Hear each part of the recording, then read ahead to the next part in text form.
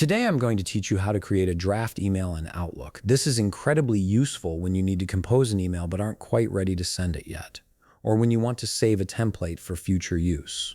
If you want to streamline your workflow and save money on subscriptions, check out the link in my description. Let's get started. First, open your Microsoft Outlook app on your computer. Once the application launches, make sure you log into your account if you haven't already. This step is essential because it loads all your emails and gives you access to the full range of features Outlook offers.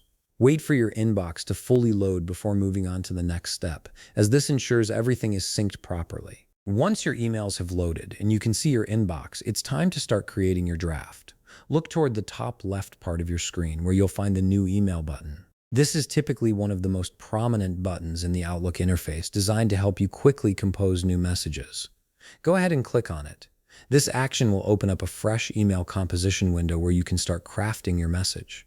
Now you're in the email composition screen, and this is where the magic happens. The process of creating a draft in Outlook is actually quite straightforward and intuitive. You don't need to do anything special or navigate through complicated menus. Simply start typing your message in the email body. You can write as much or as little as you need. Feel free to add a subject line, recipients, or leave those fields blank for now if you're just drafting content.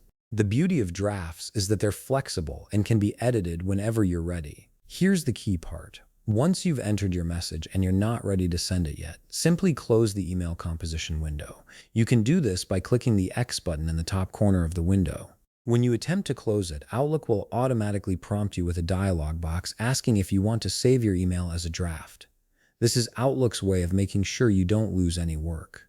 Click on Yes to save this message. As soon as you do that, your email will be automatically stored in your drafts folder, ready for you to access and edit whenever you need it. That's all there is to it. You've successfully created a draft email in Outlook that you can return to at any time. If you found this video helpful, please leave a like, subscribe, and see you in the next video.